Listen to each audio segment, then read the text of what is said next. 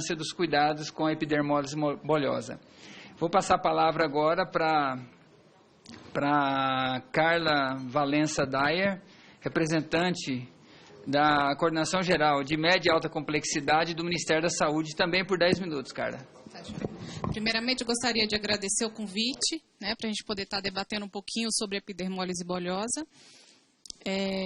Eu sou técnica da Coordenação Geral de Média e Alta Complexidade. Infelizmente, o meu diretor não conseguiu estar aqui hoje para poder estar falando um pouquinho sobre epidermólise bolhosa.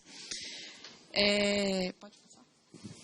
Eu vou falar um pouquinho sobre a portaria que instituiu a Política Nacional de Atenção às Pessoas com Doenças Raras. Dentre elas, está contemplada a doença de epidermólise bolhosa.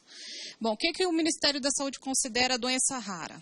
Tem uma definição da Organização Mundial de Saúde, que é aquela doença que afeta 65 pessoas a cada 100 mil indivíduos.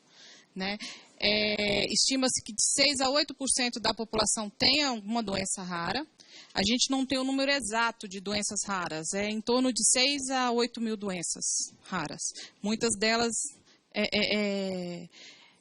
que atingem pessoas aqui no Brasil. É um problema que, apesar de ser raro individualmente, na coletividade ele não é tão raro. Então, ele se torna, sim, um problema de saúde relevante. As causas são de origem genética ou ambientais. Pode passar? Bom, as características das doenças raras. Elas têm diversos sinais e sintomas. Muitos desses se confundem com outras doenças não raras. Então, o diagnóstico das pessoas com doenças raras ele é complicado por isso também. Eles se confundem com as doenças cotidianas. Igual a Ana Carolina falou, uma ferida, até se diagnosticar uma doença de epidermólise bolhosa ou até mesmo um câncer, como a enfermeira Vânia colocou aqui para a gente. Elas variam não só de doença para doença, como até de pessoa para pessoa com a mesma doença. Então, ela aparece de forma diversa em indivíduos com a mesma doença. Elas são crônicas, progressivas, muitas vezes degenerativas e incapacitantes, frequentemente levando à morte. Pode passar. Bom, o que a gente identificou antes da publicação da política? A gente não tem dados epidemiológicos. Faltava diagnóstico e tratamento específico, ou seja, os pacientes não tinham um diagnóstico adequado, muitas terapias aplicadas a eles causavam piora do que melhora. Os serviços de genética existentes no país, eles não se conversavam, ou seja, eles não trocavam as experiências entre os pacientes com doenças raras. Nós temos poucos protocolos clínicos e diretrizes terapêuticas estabelecidos, muitas ações judiciais, tanto de pacientes, associações, médicos, e as decisões de juízes muitas vezes conflitantes uma com as outras. Alguns pacientes conseguiam e outros não. Qual foi a principal solicitação das famílias e pessoas com doenças raras para a saúde? Eles queriam, primeiramente, um cuidado integral, desde o diagnóstico, com equipe multiprofissional, atuação interdisciplinar, para que possa resolver ou equacionar os problemas de saúde e o diagnóstico. Muitos deles falavam, eu quero saber o que eu tenho. Pode passar? Bom, essa Política Nacional de Atenção às Pessoas com Doenças Raras foi a primeira política que foi construída em conjunto com as associações. Participaram aproximadamente quase 40 associações. Foram 2 anos de discussão, iniciou-se em 2012, foram 8 encontros. Além do Ministério e das associações, tiveram presente também os especialistas. Quais foram as prioridades desse grupo de trabalho? Instituir a política, elaborar documentos que norteassem a implantação e implementação dessa política e a proposta de inclusão de procedimentos na tabela do SUS. Bom, em janeiro de 2014 foi publicada então a portaria 199, que instituiu a política, elaborou diretrizes para a atenção dos pacientes com doenças raras e aprovou um custeio mensal para as equipes de saúde que atendem pacientes com doenças raras. Concomitante a essa portaria foi publicada uma que aprovou a incorporação de procedimentos novos na tabela, dentre eles avaliação diagnóstica, procedimentos laboratoriais e aconselhamento genético. Pode passar? Bom, como a gente tem um cenário de aproximadamente 7 a 8 mil doenças raras, a gente não conseguiria listá-las numa única portaria. Qual foi a proposta do grupo de trabalho? Elaborar eixos estruturantes. O que seriam esses eixos? De acordo com a origem da doença. Eixo 1, doenças raras de origem genética. Eixo 2, de origem não genética. Dentro de origem genética, a gente tem o grupo das anomalias congênitas e manifestação tardia, onde está inserida a doença de epidermólise bolhosa, as doenças de origem genética que causam deficiência intelectual, o 3, erro inato do metabolismo. Já o de não genética tem as doenças raras de origem infecciosas, inflamatórias, autoimunes e as outras doenças de origem não genética que não se enquadram nesses 3 itens. Pode passar. Bom, como é que essa política está organizada? Em formato de rede. O que seria esse formato de rede? A gente identificar num município ou num território aonde tem serviço para prestar atenção às pessoas com doenças raras. Vamos pegar, por exemplo, a epidermólise bolhosa. Eu identifico o profissional da atenção básica que ajuda a identificar e encaminhar esse profissional para um serviço especializado. Os serviços ambulatoriais que tem a dermatologista, nutrólogo, gastroenterologista ou até mesmo geneticista, ou clínico geral também. A necessidade do paciente para um diagnóstico, encaminha para um serviço de referência, onde é feito o diagnóstico. Encaminha para um serviço de reabilitação para que sejam feitas fisioterapias, as concessões das órteses e próteses necessárias.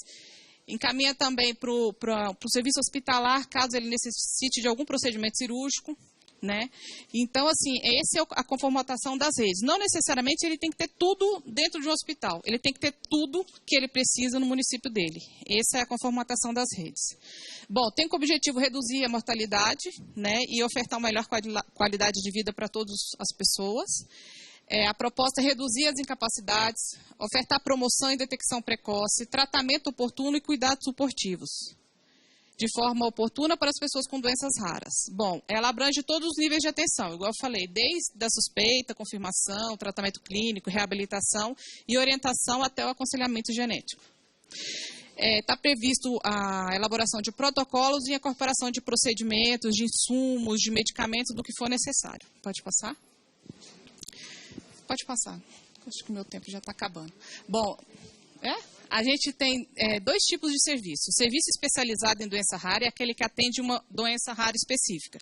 Por exemplo, igual a Ana Carolina citou, o hospital de base tem um serviço de epidermólise bolhosa. Já o serviço de referência, desculpa, o Hospital Universitário, HUB. O serviço de referência em doenças raras, ele atende mais de uma doença ou mais de um eixo. Ele pode atender as de origem genética, as de não genética ou um de cada. Pode passar? As funções desses serviços: acolher a demanda e a investigação dos casos suspeitos, ofertar consulta especializada multiprofissional, tratamento de suporte complementar no local ou referenciar para um serviço mais especializado, coordenar o cuidado, matriciar os pontos de atenção dentro da rede, ou seja, o centro especializado de reabilitação, o profissional da atenção básica, ser referência para solicitar exames de doenças raras e ofertar o aconselhamento genético quando indicado. Pode passar. Bom, o Ministério, ele considerando que as doenças raras são raras, né, a gente sabe que é difícil você manter uma equipe multiprofissional de estabelecimento de saúde. Então, pensando nisso, o Ministério vai começar, a partir das habilitações do serviço, a custear essas equipes mensalmente. Ou seja, não vai apenas só pagar os procedimentos de diagnóstico, aconselhamento, reabilitação, mas sim pagar mensalmente o custeio dessas equipes. Então, está previsto para uma equipe de atenção especializada, que é um médico, um enfermeiro e um técnico, um recurso mensal de 11.650.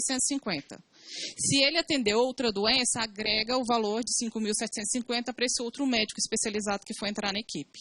Já um serviço de referência, que é uma equipe maior, que além desses 3 profissionais, tem o geneticista, tem a nutricionista, tem endocrinologista quando atender Renata do metabolismo, o valor é de 41.480 mensais. Pode passar. Bom, qual que é a importância do diagnóstico? A gente vai reduzir o sofrimento na busca pelo diagnóstico, porque esses pacientes, eles peregrinam o Brasil inteiro, ou até mesmo fora do país, para saber o que eu tenho, né, e o que precisa ser feito.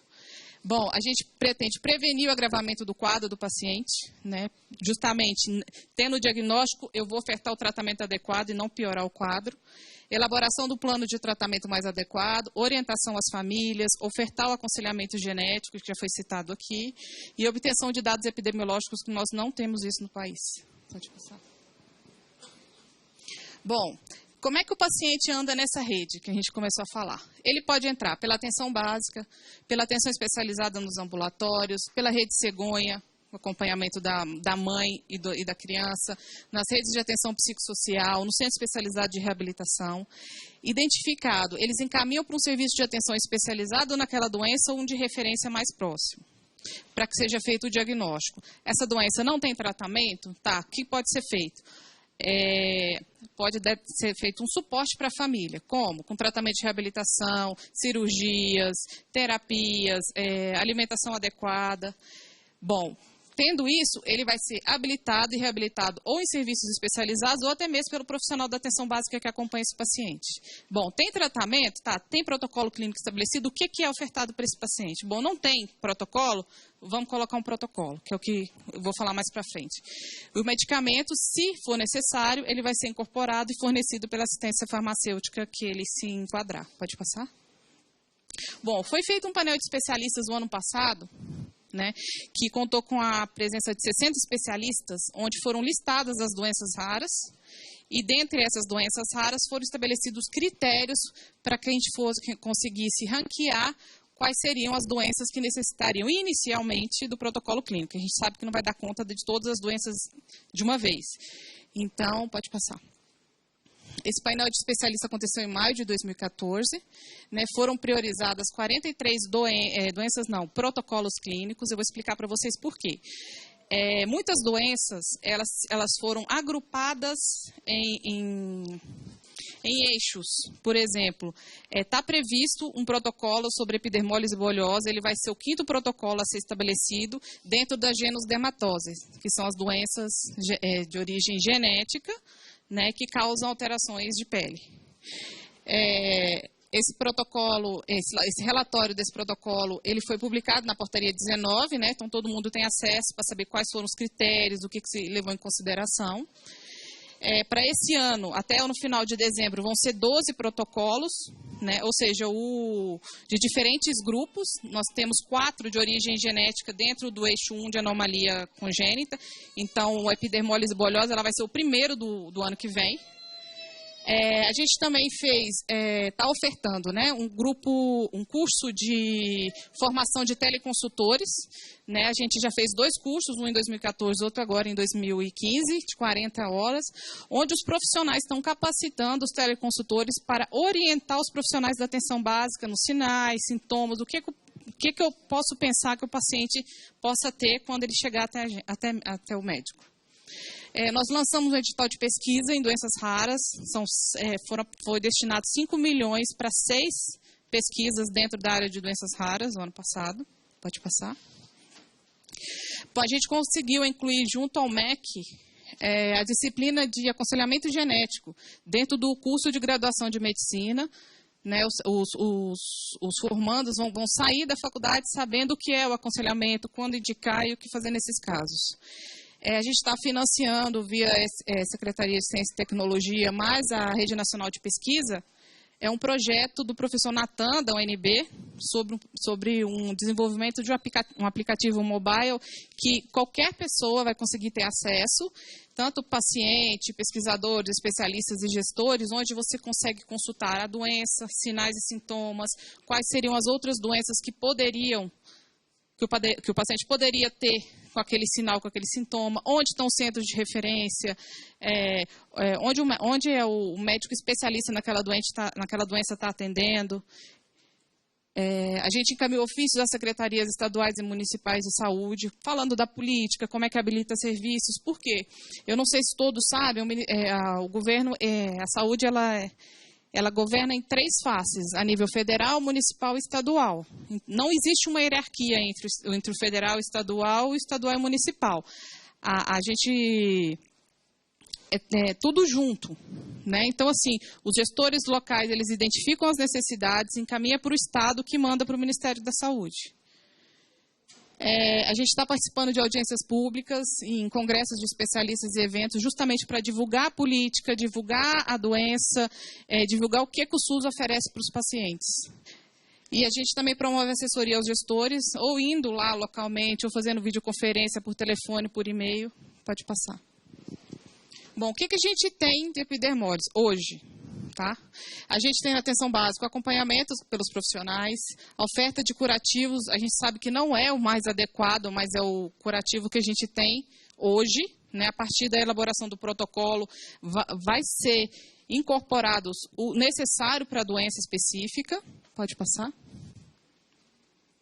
A gente tem na atenção especializada os ambulatórios de especialidades com vários médicos especialistas e profissionais não médicos para ofertar essas consultas, reabilitação com fisioterapia, TO, psicologia, procedimentos diagnósticos com biópsia, exames anatopatológicos, avaliação diagnóstica com todos os exames genéticos e moleculares, o aconselhamento genético, cirurgias e procedimentos intervencionistas, a rede cegonha para o acompanhamento dessa mãe e desse bebê, a terapia nutricional básica, né, para acompanhamento adequado para essas pessoas, e a proposta da elaboração do protocolo clínico no início de 2016. Pode passar.